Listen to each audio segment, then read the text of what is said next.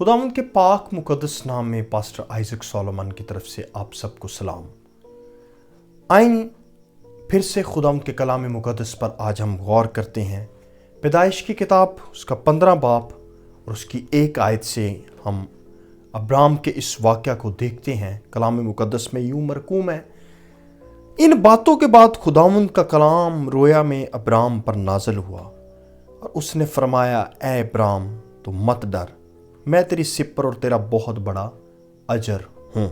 Abram نے کہا، اے خداوند خدا تو مجھے کیا دے گا، کیونکہ میں تو بے اولاد جاتا ہوں اور میرے گھر کا مختار دمشقی الیعزر ہے۔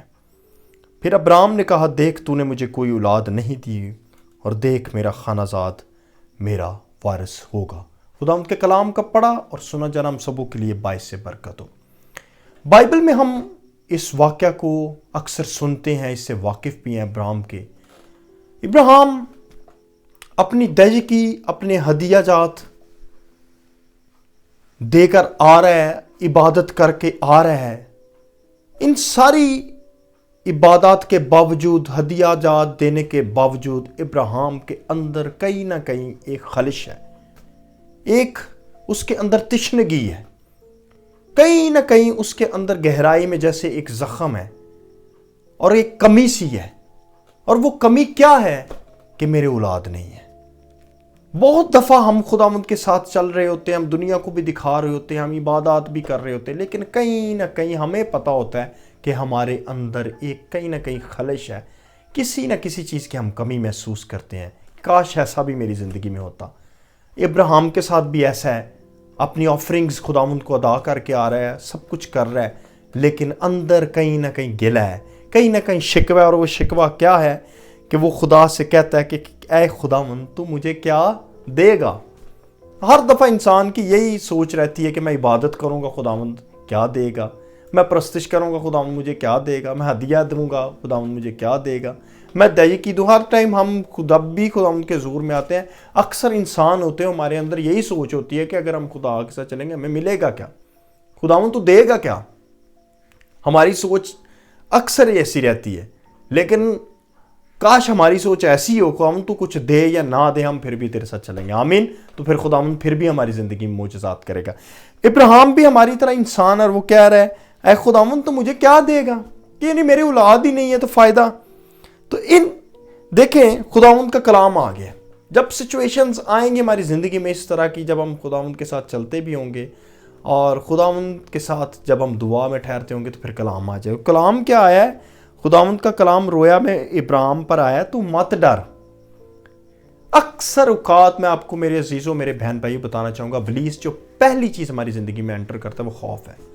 جاب نہ ملنے کا خوف، مستقبل کا خوف، شادی نہ ہونے کا خوف، اولاد نہ ملنے کا خوف، بلیسنگ مل گئی ہے اور کینسل ہو جانے کا خوف، اور فیوچر کو لے کے خوف، پیسے کو لے کے خوف، پتہ نہیں کیا ہوگا میری زندگی میں، انسیکیورٹیز، خوف۔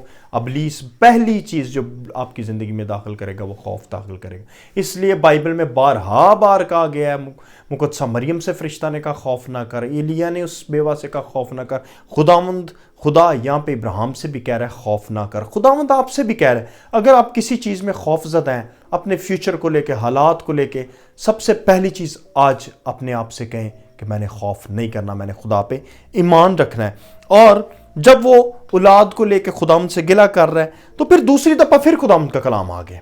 اور کلام کیا ہے؟ تب خداوند کا کلام اس پر نازل ہوا اور اس نے فرمایا، یہ تیرا وارث نہ ہوگا۔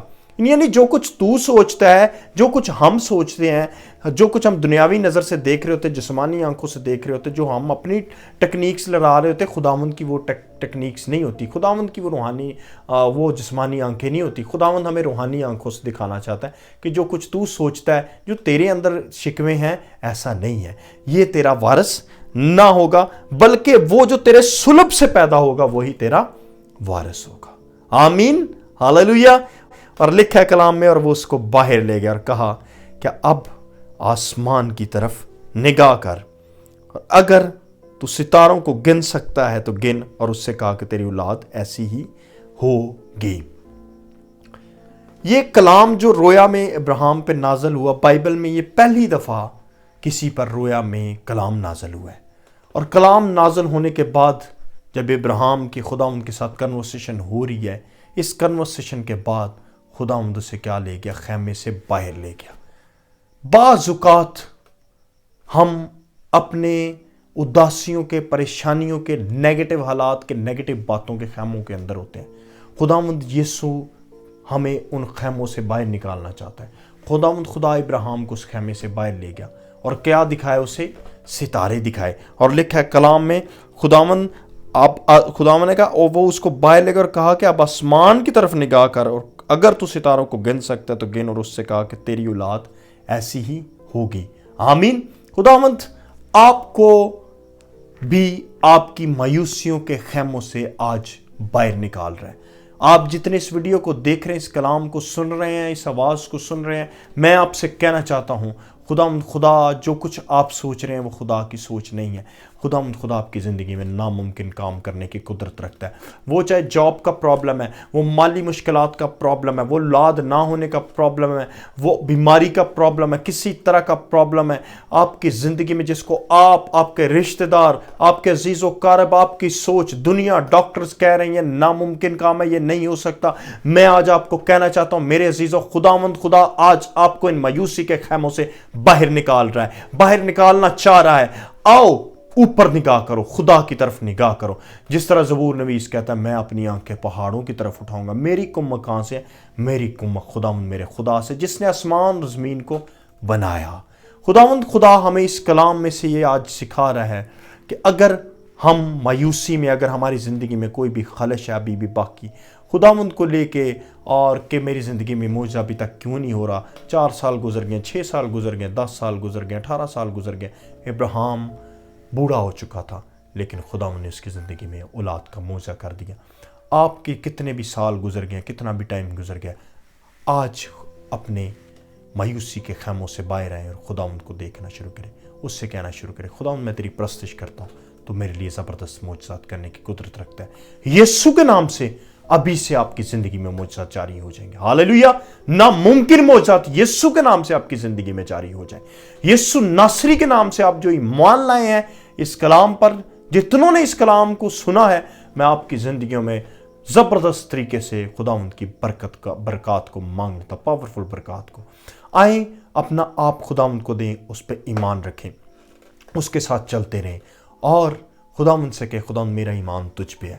میں ابراہیم کی طرح خداوند تجھ پہ نگاہ کرتا ہوں، میں باہر نکلتا ہوں، میں تیری طرف دیکھتا ہوں، تیری طرف آنکھیں اٹھاتا ہوں خداوند یسوع، اور میں جانتا ہوں میری کمک، میری مدد، میرا معجزہ تیری طرف سے آئے گا، میری برکت تیری طرف سے ہوگی۔ ہاللیلویہ۔ خداوند آپ سبوں کو برکت دے، اس کلام کو اور زیادہ دوسروں کے ساتھ شیئر کریں، خود بھی اسے سنیں۔